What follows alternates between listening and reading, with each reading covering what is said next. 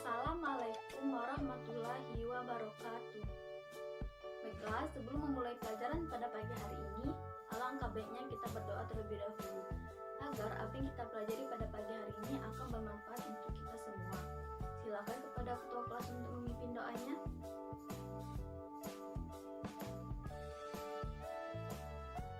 Amin amin ya robbal alamin. Semoga apa yang kita pelajari pada pagi hari ini akan bermanfaat untuk kita semua. Selanjutnya, Ibu akan mengabsen terlebih dahulu. Sapira Nurhaliza, Alexia Putra, Novianti Sofira. Alhamdulillah, jadi hari ini masuk semua ya. Sebelum memasuki materi, Ibu ingin bertanya dulu kepada kalian. Apakah masih ada yang ingat materi apa yang akan kita bahas pada pertemuan pagi hari ini? Ya, silakan kepada Andin. Benar sekali. Jadi, materi yang akan kita bahas yaitu mengenai sistem dan dinamika penerapan demokrasi di Indonesia. Adapun KD yang akan kita gunakan yaitu KD 3.2, mengkaji sistem dan dinamika demokrasi Pancasila sesuai dengan Undang-Undang Dasar Negara Republik Indonesia tahun 1945. Adapun indikator pencapaian kompetensi dan tujuan pembelajarannya sebagai berikut.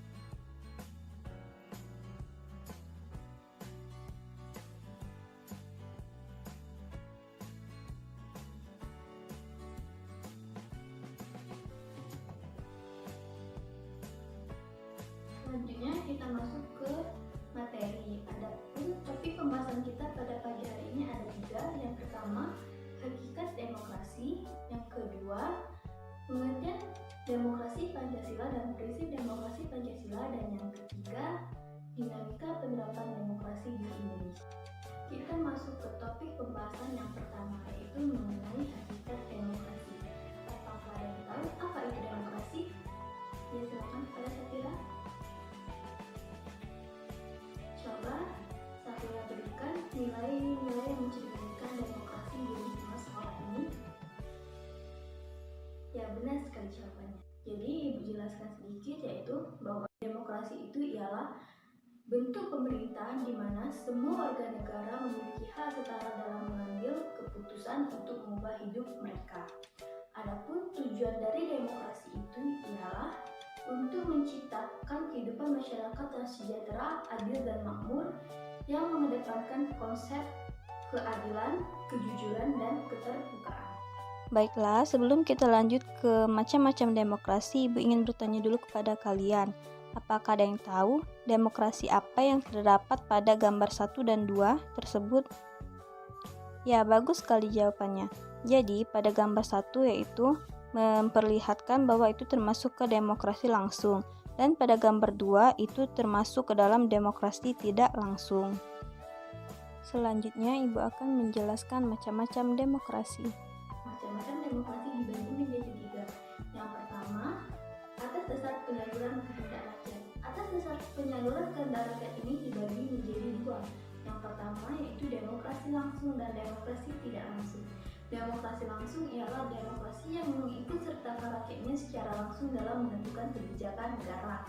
Adapun demokrasi tidak langsung yaitu demokrasi yang melalui sistem perwakilan. Artinya, rakyat tidak dapat ikut serta secara langsung dalam menentukan kebijakan negara. Dan yang kedua yaitu atas dasar prinsip ideologi. Atas dasar prinsip ideologi ini dibagi menjadi 2 juga. Yang pertama yaitu demokrasi konstitusional dan demokrasi rakyat. Demokrasi konstitusional yaitu demokrasi yang mengedepankan kebebasan atau individualisme. Dan demokrasi rakyat yaitu demokrasi yang mengedepankan cita-cita rakyat yang tidak membedakan kelas sosial dalam masyarakat. Dan yang terakhir atau yang ketiga yaitu atas dasar menjadi titik perhatiannya dibagi menjadi 3. Yang pertama yaitu demokrasi formal, demokrasi material, dan demokrasi gabungan. Demokrasi formal yaitu demokrasi yang menjunjung tinggi persamaan dalam bidang politik.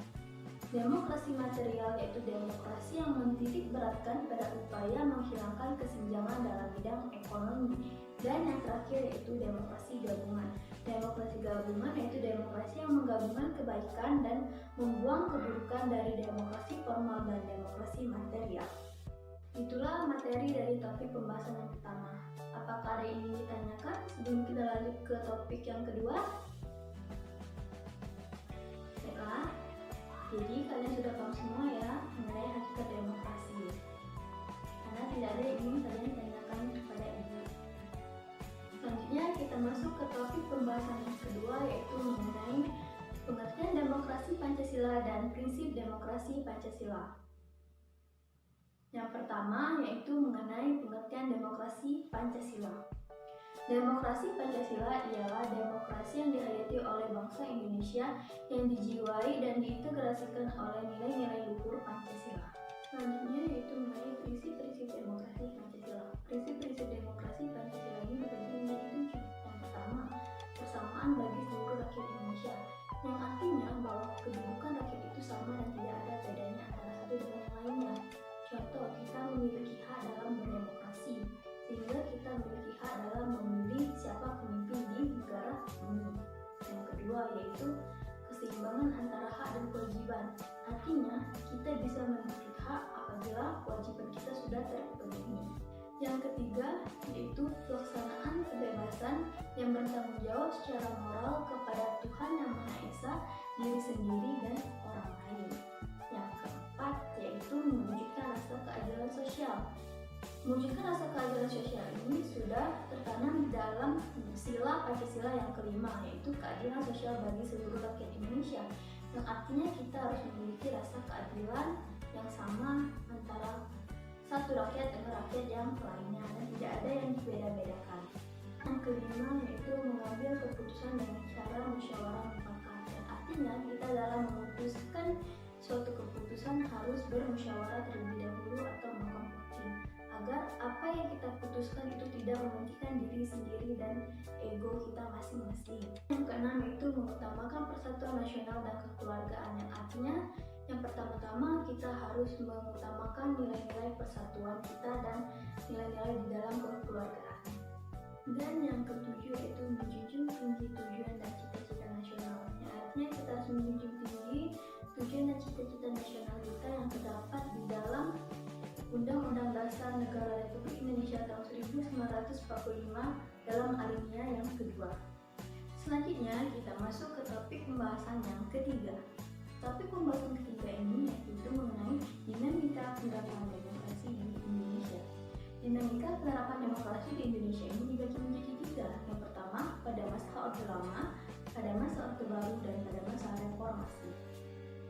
Baiklah, pertama kita memasuki demokrasi pada masa Orde Lama.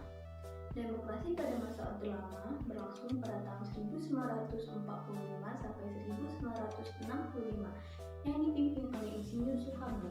Adapun ciri-ciri demokrasi pada masa Orde Lama ini yang pertama, peran politik sangat dibatasi. Artinya, keberadaan partai politik pada masa demokrasi ini tidak bertujuan untuk mengisi jabatan pemerintahan, akan tetapi menjadi elemen penopang dalam pemerintahan di lembaga kepresidenan.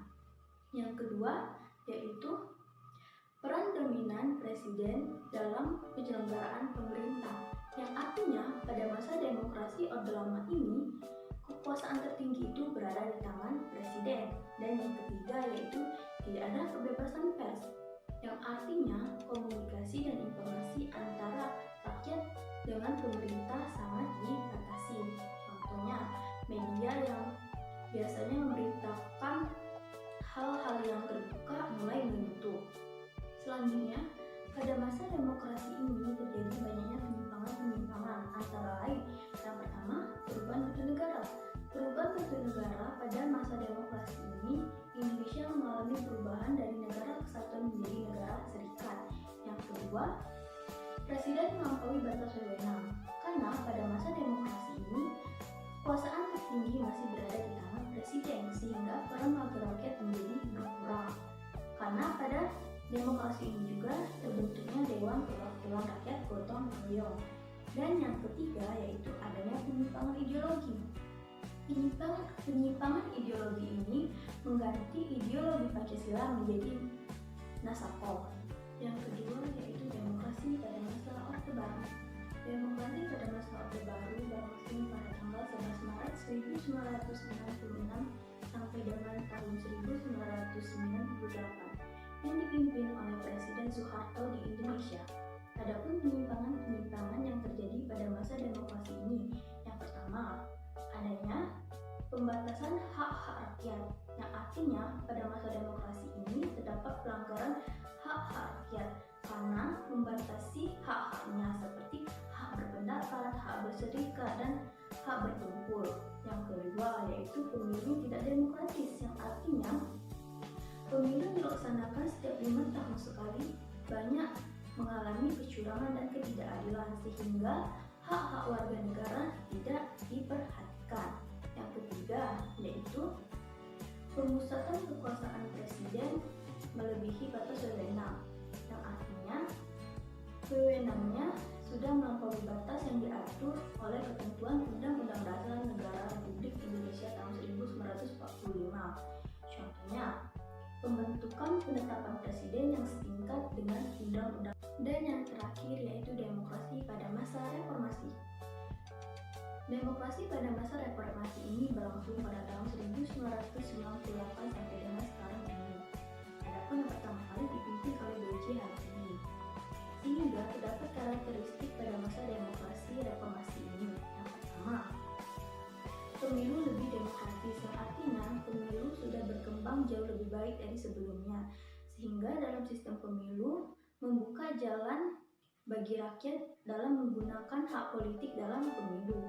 Yang kedua yaitu pola rekrutmen politik terbuka, yang artinya dalam pengisian jabatan sudah dilakukan secara terbuka, sehingga setiap warga negara yang mampu dan memenuhi syarat mampu menduduki jabatan politik tanpa adanya diskriminasi.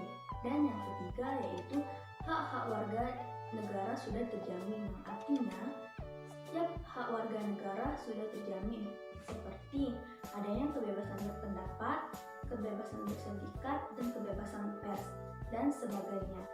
Baiklah anak-anak, itulah materi yang telah kita bahas pada pertemuan pagi hari ini. Apakah ada yang ingin ditanyakan dengan materi hari ini yang belum kalian pahami? Silakan kepada Randy. Baiklah, Randy bertanya, apa yang dimaksud dengan cita-cita kerakyatan dalam demokrasi Pancasila? Baiklah, Ibu akan menjawab pertanyaan ini. Cita-cita kerakyatan dalam demokrasi ialah bentuk penghormatan kepada rakyat dengan memberi kesempatan kepada rakyat untuk ikut dalam membuat keputusan atau kebijakan di dalam pemerintahan. Apakah ini sudah jelas? Baiklah, sebelum menutup pelajaran pada pagi hari ini, Ibu akan memberikan tugas individu agar Ibu bisa melihat sampai mana batas kemampuan kalian dalam memahami sistem dan dinamika penerapan demokrasi di Indonesia ini. Sehingga Ibu membuat soal untuk individu masing-masing.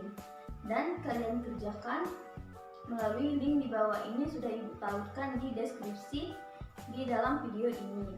Itulah materi yang dapat Ibu jelaskan pada pagi hari ini. Apabila ada kata-kata yang salah, Ibu mohon maaf. Dan Ibu akhiri, wassalamualaikum warahmatullahi wabarakatuh.